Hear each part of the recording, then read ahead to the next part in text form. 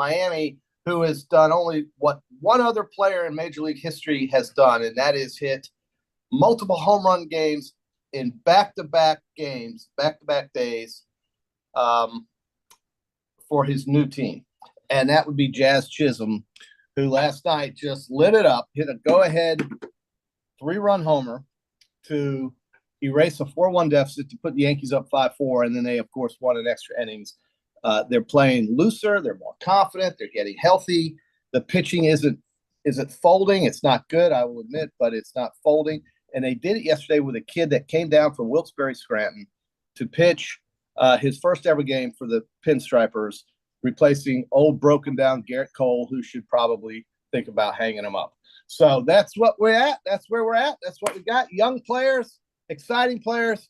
And it's an exciting time because, like you said, the practice stuff. Oh, by the way, before we get into Gators football and stuff like this is my report from my place where I'm losing weight. 8.5 pounds of fat have been dropped, and I've gained 2.87 pounds or 3 pounds of muscle. And doing what? I recommend using the BodyTech creatine and glutamine before every workout in a bottled water. Hang on a second. Where are you working out and what are you doing? At the Hawkstone Gym, which, by the way, is absolutely beautiful. It's got brand new machines, free weights. It's got air conditioning. There's not 30 people running over you, stepping all over you, getting in the way. There's no big social media conversation going on in there. They got TVs and music, and it's quiet, and it's air conditioned. It's beautiful. So I'm going in there and I'm working out, and I'm putting on muscle, and I'm losing fat. It's right here, bro. It's right here. I'm losing fat. All right. Well, Mario Rivera is losing weight, folks. Tony says on Facebook Live, brought to you by Melon Law. Here's what Tony says. Listen closely. You got to stay committed, dude. You got to listen closely. Tony says, imagine waking up and saying, you know what? Today I'm going to Tropical Smoothie Cafe in a full Yankees uniform. Beautiful, isn't it? Why wouldn't you? I mean, why wouldn't you do that, Tony? I agree. I mean, if you listen, the Yankees are making a statement. They've made a few moves at the trade deadline. Everybody's excited. We play, or you play more so, with a golfer who loves the Yankees named Jerry. And right now, the Pinstripers are taking over, and it's about damn time. A lot of golf still left to be played. Been a long summer, QB. Been a long summer. But having said that, you know, I was watching you and Buddy yesterday, QB, talk about the Gators. I categorically agree with you about the real issues on this team and what needs to improve, and that is clearly on the defensive side of the football. Yeah.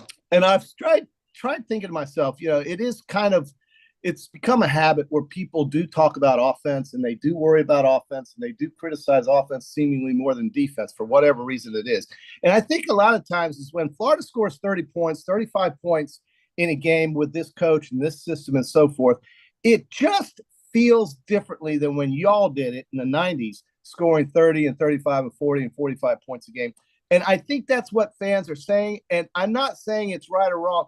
I'm just saying that people need to realize that if this team doesn't stop anybody and win the game in the trenches on the defensive front, it really is difficult for the offense, and it's difficult for everybody. If you can't get off the field, if you can't create field position, and if you don't turn the ball over on defense, your offense is automatically at a disadvantage. And everybody knows that. And I haven't played one down of football in my life except with flags on. So that is the fact, and that is what I think folks need to really think about. And hopefully it's not as exciting to talk about defense. I totally get it. No. And again, you don't need to be the 85 Bears. You don't need to be the Nebraska black shirts or whatever. Giants. I'm talking about just be consistent and be average.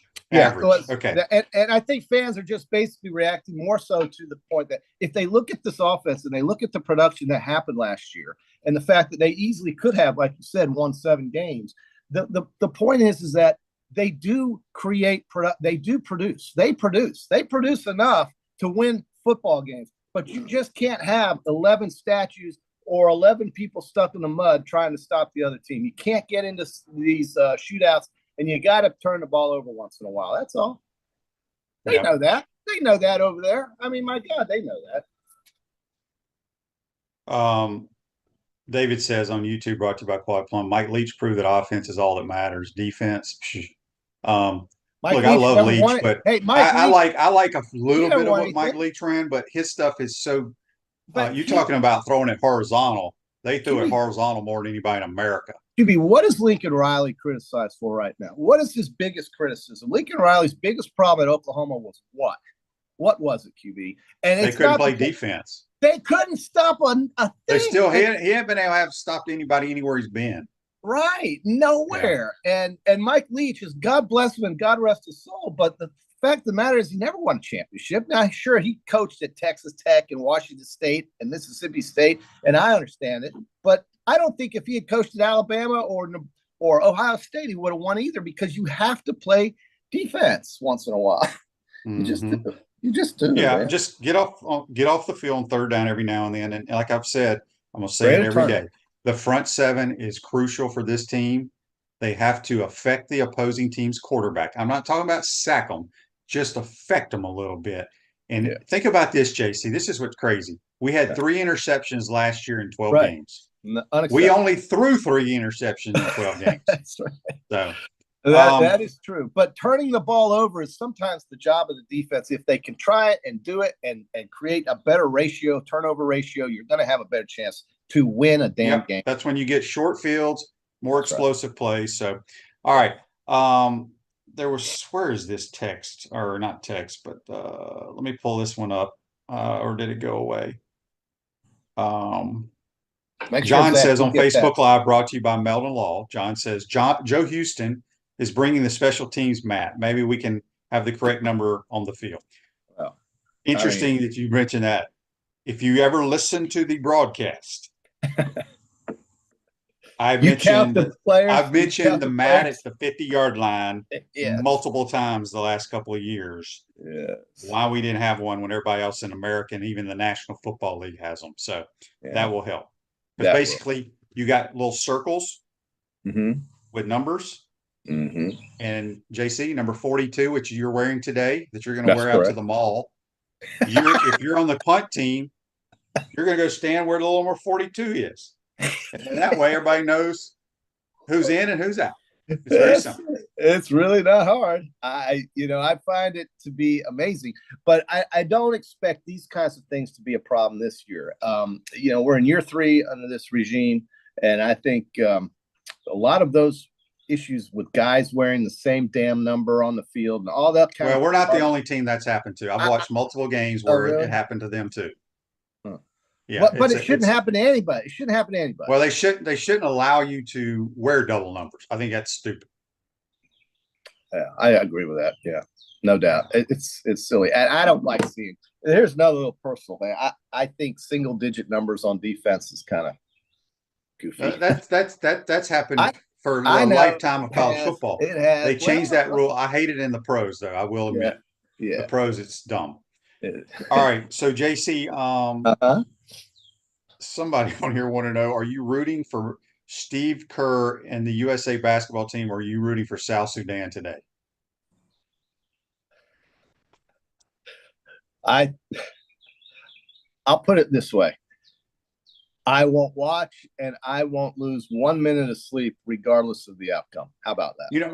I love the Olympics. I grew up liking the Olympics. I remember I won. I'm not a Steve Kerr fan. If that's what you're really wanting to know, no. I want to.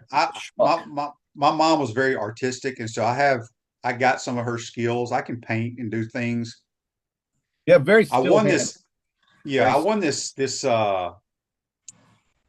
science fair project or art fair or something. Hell, I can't remember, but it was like I was like probably in the 4th grade. JC, I did this wonderful painting of the Olympics. Oh, very nice. It was like 5 different little boxes with sports and the Olympic rings, and I love the Olympics. I'll be honest with you, I haven't hardly watched the Olympics because I already know the outcome.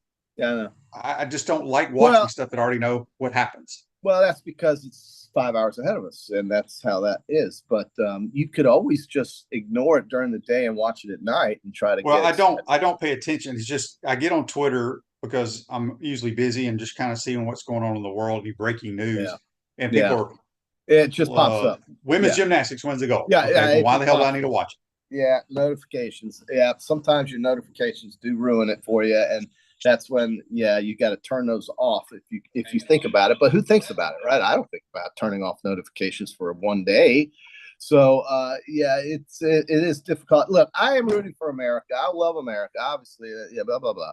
But honest to God, I watched the Yankees and the Phillies last night, and I didn't even think about the Olympic Games. And I don't mind people watching. I watch the damn things. Fine, I don't care. But all these political statements athletes have made over the last 2-3 years, I didn't need it, and I didn't forget it either. And when some guy totes in the American flag after he refused to stand for the national anthem, I'm not buying his fake BS. And I don't like the coach who's over there trashing, with every fiber in his being, the leadership of the country because he's got a difference of opinion on abortion. I'm sick of hearing about it. So, these guys in sports want to become politicians. Fine, be a politician. That doesn't mean I have to follow you. I'll watch something else. And listen, athletes in all sports do these things, and some just don't want to be a part of it. But give me the Yankees and the Phillies over a rowing competition or a boxing match with two kids that between South Korea and so to me, it's just, look, this is just what I like. You like what you like in this world. You got two guys doing judo here. Look at that. Judo. There's judo. Yeah. Okay, that's great. But I still can't get over the surfing thing. That still baffles me. Yeah, but I got Jazz Chisholm hitting a 3-run homer right now. Circling the bases, doing the jitty on his way between third and home. That's more exciting than me. I've got football on my brain right now. All I can think about, look, QB, this little magazine right here, this guy was on an airplane with me, and I was reading all of this stuff, and he looked at me. We were sitting there, and he looked over and he said, my God, you're actually reading all that? I said, no, I'm just picking the teams I'm interested in. That's what's on my mind right now. It is not the Paris Olympics. It is not. All right, Verone on YouTube, brought to you by Quality Plumbing, says, now that special team coaches or game changers are allowed to travel and be on the sidelines, they were on the sidelines the last 2 years. Special teams improvement is much needed and open to even more scrutiny this year. Yeah, I think you won't have any problems, but there were coaches, special team coaches and the game changer coaches were on the sideline. Gene says the Rays won last night and making moves. So I guess they do the same thing every year. They are an incredible back office. They're an incredible scouting, but I don't know how you galvanize yourself around that franchise when they're changing the roster daily. And I really don't understand, QB. This is the biggest mystery to me. But $1.3 billion is being spent on a new arena literally across the parking lot from the old one. And I always thought that the biggest problem was playing in St. Pete. But apparently that's where they were able to make a deal because Hillsborough didn't want them. And if I were the owner, and I'm saying this on simple terms without any knowledge of anything, but if I were the owner and I went to Hillsborough County or one of those counties just east of Tampa, and I wanted to build something with a retractable roof, and the area said no, and I said, well, I'll split the cost with you, and they said no, I would have that team in Nashville as fast as I could, as fast as I could go to the bathroom. I mean, I would have that team in Nashville, or I'd have that team elsewhere because the area just has not supported this team in St. Petersburg. They never fill the upper deck. The only time that upper deck has ever been filled was when you showed up to go watch a goofy World Series game against the Phillies, and you hated it. But the reality is that that's the only time I've ever seen the second level with a large number of meaningful fans at the Tampa Bay Rays game. And it's a shame, but I'm telling you the reason is because it's in St. Pete, dude. It's not Tampa. So we're at concrete builds firm foundations for generations. You stand on it, we stand by it. We got JC. We'll have Mark Long from the Associated Press. Second part. Brandon on Facebook Live says, do y'all see the special NBC did on Gator swim team before Fink's race? It was pretty good. I did not. And Andy says, yes, we should be very proud of Anthony Nesty, which we are. Gator swimming is a tremendous program. Swimming, tennis, it's unbelievable. So, yeah, but I did not see it. I lost my train of thought. I had something I wanted to bring up, and now I can't. Do you believe though that when I say I think one of the reasons fans Oh, okay. Go ahead. Hang on, keep your thought. This is Mark. Mark has been sending this for the last couple of days when I've been raising hell about surfing. Okay. He says picking the right wave is part of the scoring for surfing. I get that, but you have a shot clock. If I'm sitting there waiting on my wave and I don't like it, I don't like it. I mean, how many times can you let a wave pass?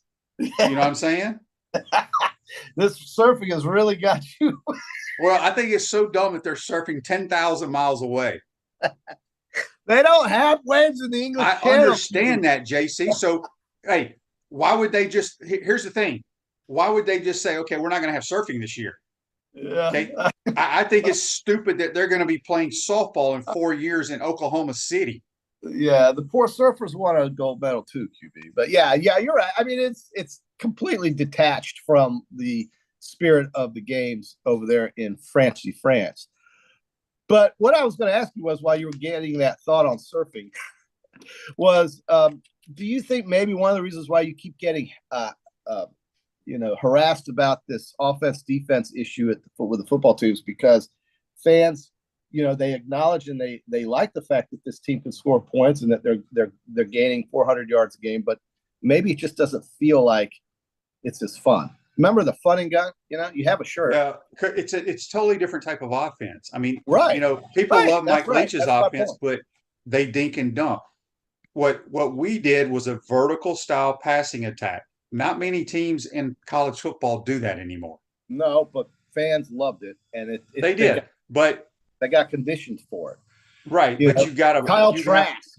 But that's not what we are anymore. So no, anyway, JC, let's get to our our Peachland Dental, Gator Nation's #1 choice for dentistry in Port Charlotte surrounding areas. Visit them at peachlanddental.com. We're going to do some golf picks, which starts I think tomorrow. We're not allowed to pick any Americans. There's only 3 Americans, if I'm not mistaken. We're not picking Americans. Okay. Well, I mean, there's only 3 of them, isn't it? Xander, Scotty, and Wyndham Clark. Dadgummit. Yeah, but I'm trying to find the golf here. I know what I'm going to do. I'll go to the old Hard Rock. I highly recommend the Hard Rock as we get ready for football. Of course, it's the only option you have, and it is just fine. So I'm going to look for Olympic Golf because, QB, I can't find it on my app. Oh, here it is, Olympic Golf. All right, here we go. So are we picking? I'll let you pick first. You have to pick a foreign dude. Colin Markel. So we have 4 guys there. I don't know how they do them. I have no idea. Why some teams only have 1 or 2 guys, some guys have 4. Well, we have 4 on this team, and you remember right after he won the United States Open, Bryson DeChambeau was passed over for a spot on the Olympic team, and he didn't like that. So I will go with since I'm barred from picking an American, which is your rule. I guess we could take 1 American each. Okay, I'll take Scotty Scheffler. All right, you're going to take Scheffler. Yeah. All right, since we're going to take 1 American, I will take the X-Man. I'll take Xander. Yeah. He won a gold medal last time. 2 majors this year. Okay, yes, he did. You're exactly right. I will take Tommy Fleetwood from Britain. Okay. I'm going to take Joaquin Newman. Oh, yes. I don't know where he's from. Neiman. I think he's from South America. South America.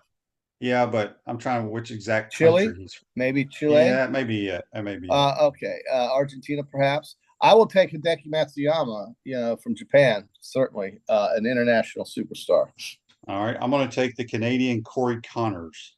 All right. It's odd to say this, but the guy played. This is your last pick. The guy played at Georgia, and he is, my gosh. Sepp Straka?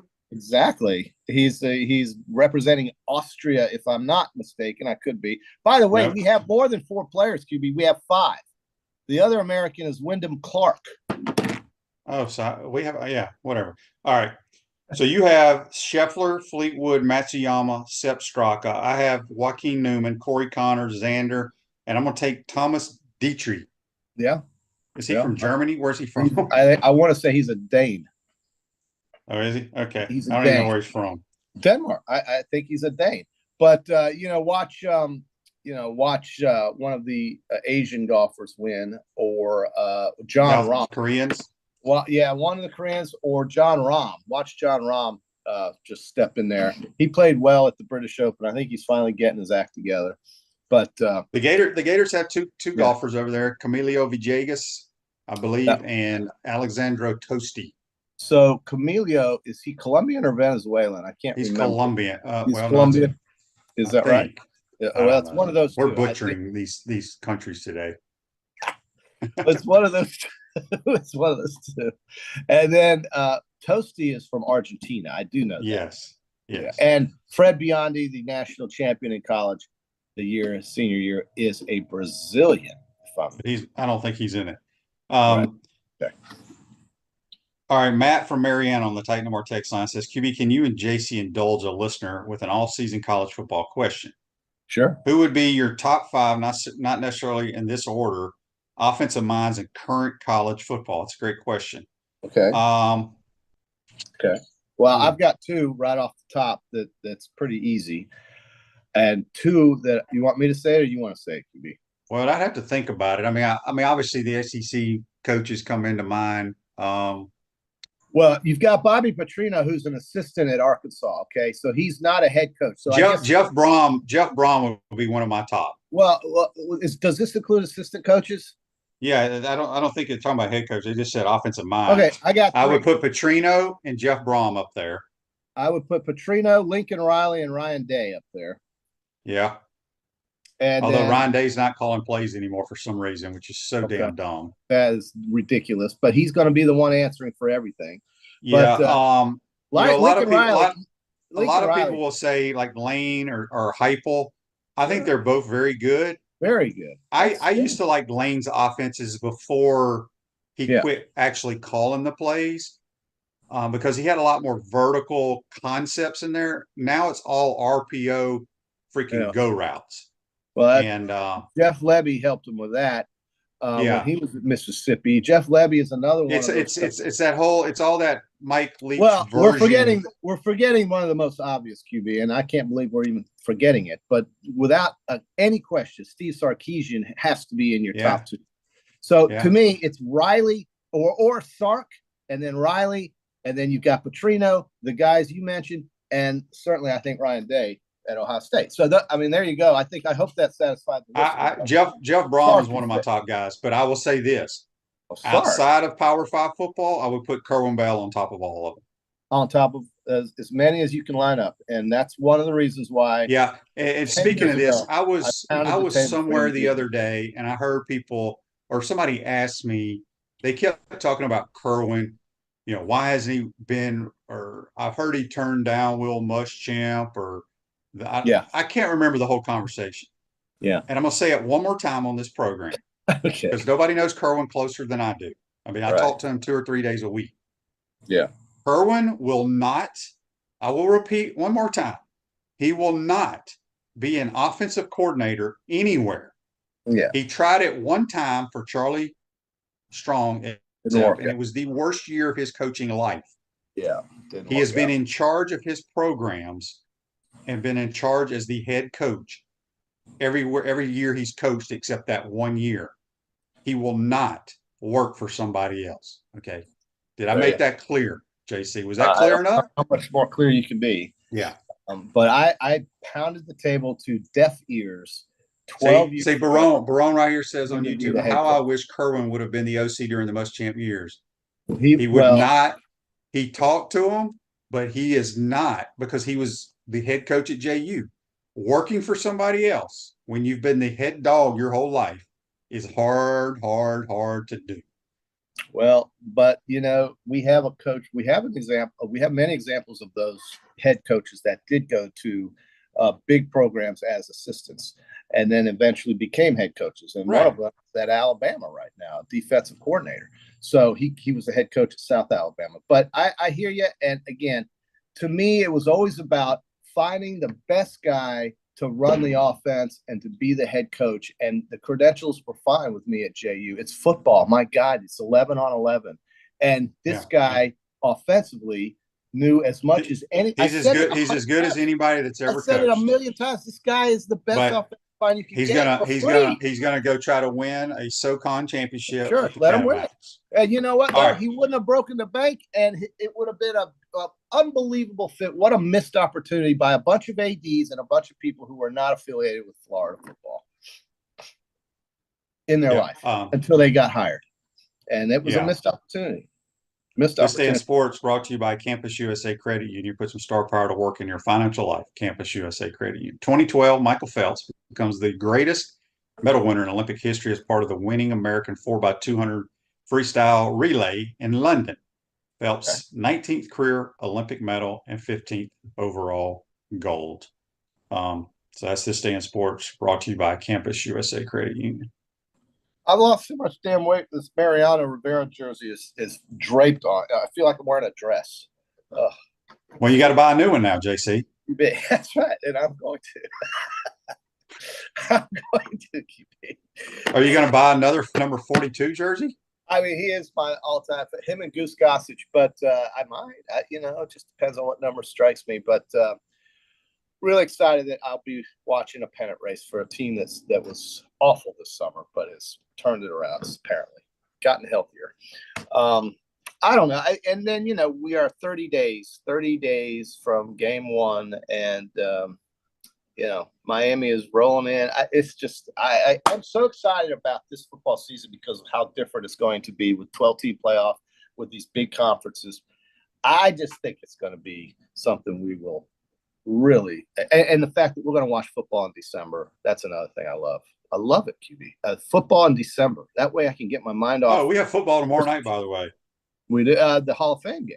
Hall of Fame game. You got the Bears and the Texans. No starters, so it's really not the Bears and the Texans. It's just a bunch of guys trying to make a team. But that's who's represented. And Caleb Williams will not play. Aaron Rodgers was reported with the Jets. He will not play the first two games, and they don't know if he'll play the third preseason game. They have got to keep him clean this year. That was a horrible thing that happened to the Jets last year. But that was in a regular season game. So first game, it's the fourth play of the first game on Monday Night Football, dude. It was terrible. I remember that. That. Sure was. And they won the game, by the way. They won the game. The Jets won that game that night, but it was a terrible season for the Jets. And they were. We'll have to do our NFL. Well, they don't kick off for another 5 weeks. Yeah, I think it's the week after the college football's official week 1, which is goofy. It should be week 2, but it's week 1. Week 1 is what is now called week 0. And I'll say it, and I think I said this last week on the show. The Georgia Tech Florida State game will be closer than people are thinking. Well, John's here. John just made a bold prediction on Facebook Live, brought to you by Mel Law, saying FSU comes back from Dublin 0-1. Listen, Georgia Tech will. Brett Key has done a great job with that team. I almost said franchise because they're all paid. No, Brett Key has done a great job. They've got Haynes King. They've got real players on offense. They will score points. I just don't know if they'll be able to stop FSU. It'll be interesting to see what kind of offense FSU is going to be effective with this quarterback Ungalele. But I've never been impressed with him. I think the game goes too fast for him many times. Mm-hmm. That's why he's not at Clemson.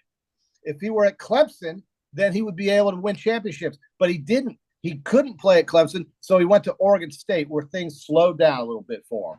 And so that helped. But I don't know if it's going to help in the ACC. It might not. I just don't know what to expect out of Florida State. But I know they got athletes and really good players running around all over the field. But Georgia Tech's going to keep this game inside the number. We'll talk about it as we get closer to it. SMU is also playing Nevada in that game. And did everybody know that SMU, the Ponies, the Mustangs out of Highland Park, Texas, which is in Dallas, is an ACC team? So just so you know, the ACC has the SMU Mustangs competing in their conference. Just letting you know. That's not as bad as the Cal Bears and the Stanford Cardinal. And that is these kids. It is. And by the way, Florida State, they will fly to Ireland. They will fly back. The next week, I think it's off to Chestnut Hill. It's all the way up. Well, JC, they're not riding in coach cram like you. It's arduous, QB. It's arduous. It's going to, as one of our golfing friends, Jay Bird, says, it is arduous. It is quite arduous. And think about it. These kids, man, in Virginia, at California and Stanford, all this cross-country, they're going to travel 40,000 miles this year. Look, it's a long way to go. It's a long way to go. Actually, I'm wrong. They're not playing at Boston College. They're playing the game in Tallahassee. So scratch everything I said. Yeah, but, scratch it. But still, it's a lot of traveling for these boys and girls. I know it's on 787. I get it, but I don't know how they're going to do these off-season or these non-revenue sports with these teams. I don't know. That's crazy. All right, man. Before we let you go, there somebody mentioned, and I was going to bring it up because I was with some schools in Georgia yesterday. They were talking about some kid. I think he was in the 8th or 9th grade. He's a quarterback in the state of Alabama. Won a state title. Got offered over $1 million to go to another school to play quarterback. He turned it down. He should be rewarded for that. Good for him. He turned it down. Well, I know the Texas Tech pitcher that is going for. Oh yeah, the girl from Stanford, the best pitcher in America, is getting $1 million to go play for the Lady Red Raiders.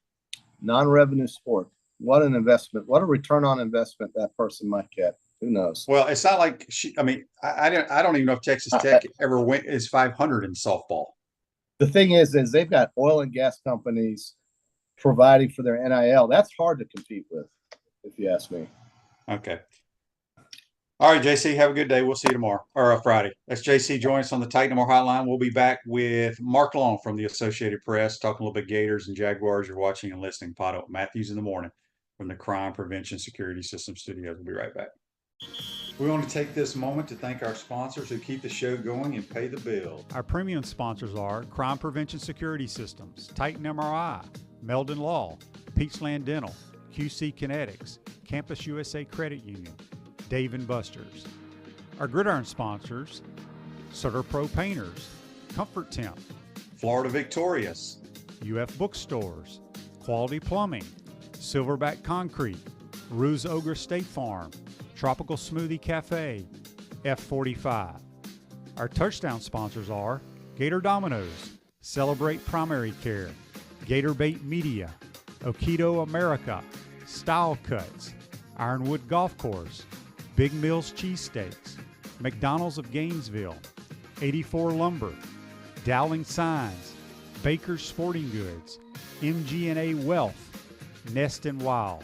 If you're interested in promoting your business on the show, call Freddie at 352-284-3733. If you like what we're doing here, make sure to follow us and support the businesses that support us. All right, team. Spurrier's Gridiron Grill gift cards. 20% off. On one. Ready. Break. Score big with the Foodie Fans during our Christmas in July special for a limited time. Just until the end of July. Use code GC20 to get 20% off any gift cards for Spurrier's. Good for food, drinks, and merchandise. Stop by Spurrier's in Celebration Point or go to Spurriers.com and send an e-card with a few quick clicks. Use code GC20 and get 20% off. A Spurrier's gift card will have any Gator fan cheering like it's 1996. Go to Spurriers.com right now and get your gift card today. Welcome back to the Crime Prevention Security System Studios, large enough to serve you, small enough to care. Ruse Ogre State Farm Office is a team of dedicated insurance professionals ready to help life go right. With the right insurance options for you and your family, visit ogreinsurance.com. Give them a call at 352-240-1779. We're going to go back to the Titan More Hotline, courtesy of Comfort Tent. We're joined by the Associated Press's Mark Long. How you doing, my man? Hey, doing well. How are you, Shane? I'm doing good. Let's start first. We got a couple of Jaguar questions for you, but let's start with the Gators. Yesterday was kind of a reporting day. Obviously, Billy met the media. A lot of different coaches did as well. Just your overall take from what you heard. I mean, it's talking season. Nobody's done a damn thing, but what'd you think about yesterday? Yeah, I thought it was handled really well. I thought, they led with the players, which, was a little bit different. Usually you lead with the head coach, right, to set the tone. But Billy came in last and kind of batted cleanup on the day. But, here's what I took out of it. Billy rolled out a lot of new faces, guys who are going to be instrumental in this turnaround. Russ Callaway, co-offensive coordinator. He's obviously been given a little bit more responsibility, a little bit more input. You roll out Ron Roberts, who's now in charge of the defense. You roll out Joe Houston, who's now in charge of special teams. And then you roll out the new strength and conditioning coach, Tyler Miles. And then you go in, even Justice Boone. That's a guy who missed all of last season and is going to be counted on big time to help, a team that only had 22 sacks last year turn that thing around and get back, I would think hopefully doubling that is what they think they're going to be able to do from that edge. So from that standpoint, I thought it was ingenious. Billy rolls out, here are the guys who are absolutely instrumental in getting this program turned around. Here were our weaknesses last year: defense, special teams, strength and conditioning. And here are the guys who are going to fix it. And we believe that they're going to fix it in a hurry. And we're going to have a 1-year quick turnaround here. Yeah, it needs to happen. You mentioned Ron Roberts. Do you think he is going to be calling the defense? I don't know what his exact title is. I guess I could look it up. But I think people like Austin Armstrong. We know he's young. But this guy's been around the block, coached a lot of ball in the SEC. Do you think he's going to be the guy in charge of the defense? Yes. I don't think you make that move, Shane, if you don't make that move for the guy to be a father figure, for the guy just to be in the room. You make that move, and it's a big, drastic move. You make that move to have a new voice, to have a new leader, to have a new guy calling the plays. And I think it was evident Ron Roberts finished up his news conference, was walking off the podium yesterday. And I said, Ron, are you going to call plays from the box or the field? And I didn't ask, are you going to call plays, period. I just asked where he's going to call plays. And he's like, yeah, we're still working through that. I've done it both places, but, I really like the box. So when I said it, the way I said it, he didn't fire back on, we don't even know who's going to call. He basically, it was like that was the plan. He was going to call the plays. So I would be surprised if they do it anyway. I do think Roberts will end up top, and Austin Armstrong will be that guy. I mean, he's got that fiery personality. You like that on the sideline, right? Get the guys fired up, be the guy high five. And Ron Roberts, much more of a laid back, veteran coach. I could see him calling it from upstairs, and Austin Armstrong kind of being the liaison on the field. Yeah, I think when it's all said and done, I agree with that. Put Ron up top in the box for sure. As you mentioned, some other issues were on the special team side. They addressed that, brought in a guy who's been in the National Football League for a while. Just your thoughts on Joe Houston. Yeah, the big news, I wouldn't say big news, little news out of yesterday was that Joe Houston basically was asked, how are you going to fix all these mess ups? And he said, listen, most of them are organizational, right? Operational stuff. And he's like, the first thing we're going to do is bring in a launch pad. And if anybody doesn't know what a launch pad is, it's essentially this mat that goes on the sideline, and it has 11 circles in it. And the special teams guys got to get in each of the 10 circles. And then whether it's the kicker, the punter, whoever's got to get into the 11th circle. And that's how you kind of launch from there. So he said, listen, they didn't do that the last 2 years here. We had a lot of issues. We think this will simplify and maybe allow us to kind of pre-huddle on the sideline and get things like that. So I think that's a step, right? You got to wonder why after year one or after 2 or 3 mess ups in year 2, why somebody didn't, say, hey, let's try this, because we've seen it used in the NFL. We've seen it used in colleges, high school. I've seen it used all over the place. Some NFL sidelines have it built in onto the sideline, some of the sideline padding or whatever they have down there. Some of the I don't even know what it is, but it's like artificial turf, and it's built like into there. So it seems like a simple solution, and one that maybe will fix one of their biggest issues, right? Moving forward is to have this, what Joe Houston called it, was basically we're going to have a pre-huddle. I'm going to know the 11 guys. If we've got the ball on offense and we're on third down, I'm going to get the punt team together and just kind of pre-huddle. If we get into field goal range, I'm going to get the field goal team together and just kind of pre-huddle on the sideline. They have now the numbers with all these extra analysts who can coach. They have the numbers to kind of make that happen and have a guy basically in charge of that pre-huddle and still have a guy in charge of special teams, have a guy listen to Billy Napier in terms of, do they want to kick? Do they want to punt? What they're going to do. I thought, again, mentioned it, didn't make it a headline, but I thought it was a little bit of news that came out of yesterday. And it shows you that this guy is coming in, sees an issue already, and it's got a solution. Yep, there's no question. I mentioned it earlier because somebody asked about the launch pad. I used to talk about it on the broadcast. the last 2 years while we never had one. Every team I was on had one. So anyway, you should have suggested it. Where were you calling up? I was Billy, on the radio. I suggest guess they need to listen to the game. Somebody in the box needs to listen to the game.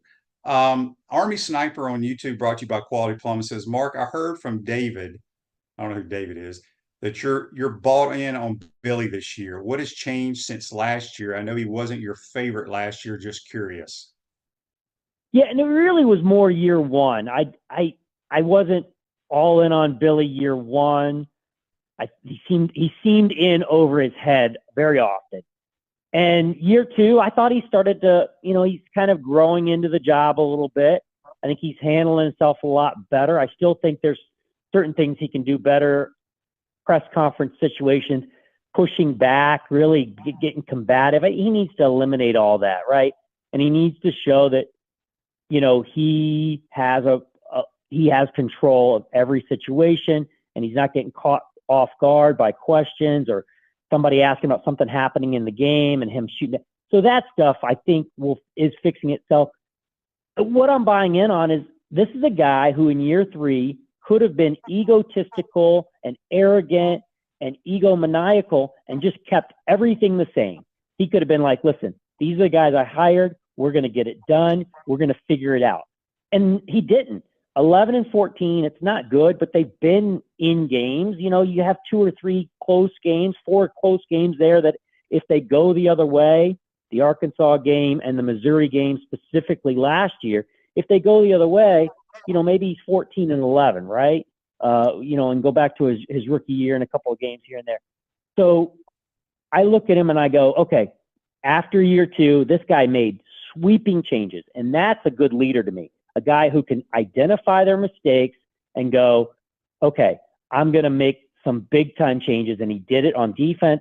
He did it on special teams. He added Russ Callaway to the mix on offense. He changes his strength and conditioning coach.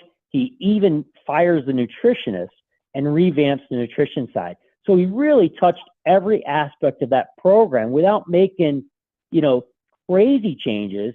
He did make a lot of, I think, smart changes and tweaks that could pay big time dividends. Now, does he need all of them to work? No, but I think if he gets, 3 or 4 of them to work and to work much better than they did have the first 2 years, this team's not far off. And that was kind of Billy's message yesterday, is that he does not think this team's far off. He thinks everything is built and they just got to learn how to close out games. And some people think that's coaching. I tend to think that's execution. And when you've got a lot of young guys, new guys to the program, that's the part that falters, I think, more than first. It's the first thing to go is closing out games, some of that camaraderie, some of that trusting the guy next to you. And they're building that. He's gotten rid of a lot of bums in that locker room, and he's brought in a lot of good guys. And he does believe that character will matter when it's all said and done. And, I'm on board. I'm at least on board. I think I'm believing in Billy, and I really do believe that this is a team that, 8 wins is not at all out of the question. And I wouldn't be stunned if it's 9, to be honest, Shane. I just look at this team and I go, okay, I got 2 losses on the schedule. Everything else is winnable. You got a quarterback who now knows the system and far exceeded my expectations. You got depth at receiver, talent and depth at receiver, and then you got talent and depth at the DN position. And those 2 positions, I really do think in this offense will make a difference. The one question mark I have, offensive line, I don't know if they did enough to fix it. We'll see. Austin Barber, Brandon Crenshaw-Dixon, how solid are they going to be at tackle? Are they good in the middle? Are they better than they were last year? And I think that's another key because they got to be able to run the ball. Yeah. My key, I somehow you and I think are on the same wavelength here because I don't have a record out there, but I think there's 2 teams that are clearly better than us, Georgia, Texas, but I think we can beat everybody else and you can have a tremendous year. But my biggest thing is we have to be somewhat average or a little bit better than average on defense. We've been so pathetic on that side of the ball. I love the additions he's made in the coaching staff on that side of the ball. I think the player acquisitions that we brought in either through the portal or high school kids can make a huge, huge difference. Because we have not affected the opposing team's quarterback in the last couple of years. But to me, Mark, agree or disagree, the key to this year to me is how does this defense perform? Oh, no doubt about it. Again, as bad as the offensive line was and as shaky as the offensive line, they still moved the ball for most of the year, had some struggles here and there, but for the most part, offense wasn't the issue. Defense was the issue. They've got to be better in the back end, and that really starts up front. And getting to the quarterback last year, 22 sacks, as I mentioned, I think it was their fewest since 2013. They had 19 sacks. So you're going, that 2013 team was beyond pathetic. So you're talking about, a performance that was historic, over the last decade. And they haven't played good football here in Gainesville, good defensive football in 5 years. You really got to go back to, I think, 2019 to find the last team that was pretty good defensively. They had some playmakers here and there, but nothing like what they're going to. I think they're going to be good defensively. I think they've got all the talent in the world. I love the addition of R.J. Moten at linebacker. I love the addition of George Gums up front as an edge rusher. I think those two guys, and then you go in the back end, and whether it's, Pup Howard or who's the safety? I'm trying to think of the safety. I can't think of him from Washington. Well, you got DJ Douglas and you got Asa Turner, both that came in. Asa Turner. Yeah, Asa Turner. I just think they're gonna be good. They're gonna be better. Obviously, Billy jettisoned, some two defensive coaches days after the season, so he saw that as an issue all last year and couldn't do anything about it. They have talent. The young talent that played last year, now a year older. Just because they're a year older doesn't mean they're going to be a year better. But, you got to think that experience could pay dividends in year two. And that's where they're at. I mean, I just think you look at this roster and, everybody else sees holes. I see talent across the board at every level on defense. And I think that's where they can and will take their biggest jump. Yeah. Tropical Smoothie, live a healthier lifestyle with our bold flavor smoothies and our amazing food. Tropical Smoothie, when you eat better, you feel better. A few more minutes here with Mark Long from the Associated Press. Let's switch to the Jacksonville. You covered the Jaguars. Obviously, Trevor Lawrence got a big contract. Early reports, the defense is ahead of the offense, which isn't surprising. But this is a big year for the Jags, don't you think? No, it's almost make or break. It's not quite where we're at in Gainesville because I think this is a huge year for Billy to turn things around, but it's not far behind. I mean, the owner is on record talking about expectations and high expectations. So you go and you spend the money he spent. He committed over guaranteed $500 million to re-sign Trevor Lawrence, Josh Allen, and Tyson Campbell, a cornerback, Josh Hines Allen, the defensive end, and Trevor Lawrence. They spent a lot of money in the last 4 months just to re-sign 3 of your own guys. So the money has been spent on the player acquisition. They think the team is built top to bottom.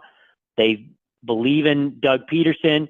Everything is there for them to get back to the playoffs. They made the playoffs in Doug Peterson's first year and, won a game, beat the Chargers here in Jacksonville. And then year 2, they were 8-3 last year before the wheels came off, and they lost 5 of 6 down the stretch. A lot of that had to do with injuries. So one of their off-season concerns has been building the depth, changing some guys in the back end so that you can survive late in the season when you have some key injuries. You got to be able to survive those plug-and-play guys, those backups, and pick up, and kind of maintain where you're at. So they believe that was a big deal, and they fixed that. They believe they fixed the offensive line, protect Trevor Lawrence a little bit better. He was running for his life a lot last year, got sacked a career high. He was 36 times. So he's still, back to Trevor. He's got to fix the turnovers. That's kind of been the issue. It's been the issue in camp already, is he's got to limit the turnovers, especially the ones that, in the pocket, running with the ball, trying to make a play and getting, sacked, fumbled or whatever. But, they're going to be good. I don't know how good. I mean, it is a stacked AFC when you look around the league and you see Kansas City's not going anywhere, Buffalo, Cincinnati, Cleveland, Houston in the division.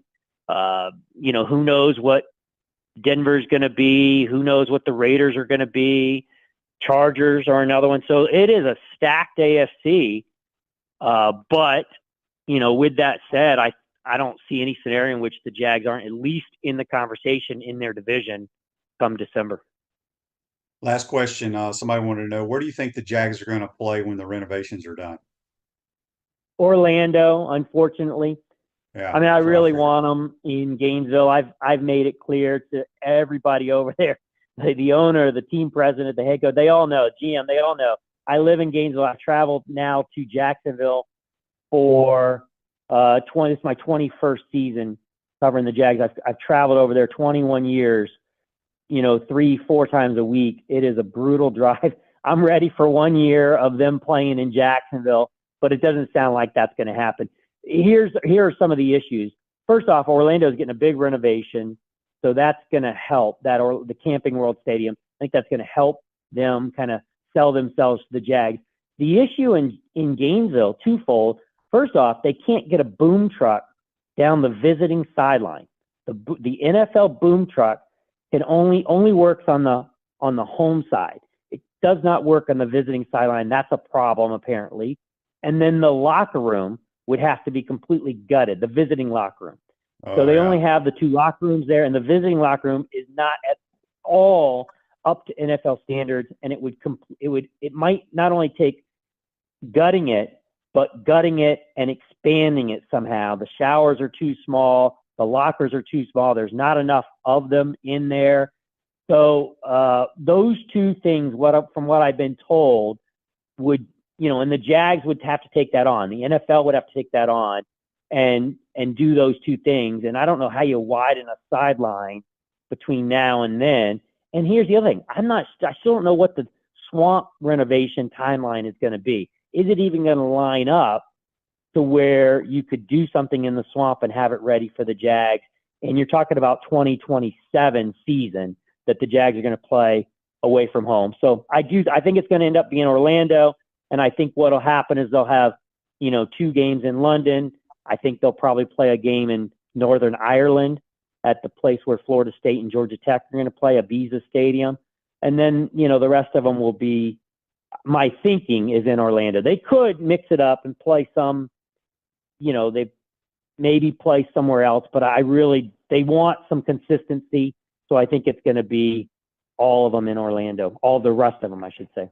Yeah, you don't have to do all that stuff that you said in Orlando. They have big locker rooms that have been renovated. So I agree. I think it's Orlando. Mark, appreciate you taking the time. Let everybody know they can follow you on Twitter and read all your stuff. Yeah, AP Mark Long is, you can find me, and I tweet some of my stuff, but apnews.org is where you find, apnews.com is where you find all of the stuff that we're writing. Good stuff. Appreciate your time, my man. We'll see you soon. Thanks for having me, Shane. Yep, that's Mark Long. Join us on the Titan Tomorrow Hotline. Hope you enjoyed today's program. We'll be here tomorrow with Brent Beard, breaking down a little college football. It all cranks up today. Have a great day, folks. We'll see you tomorrow. Take care.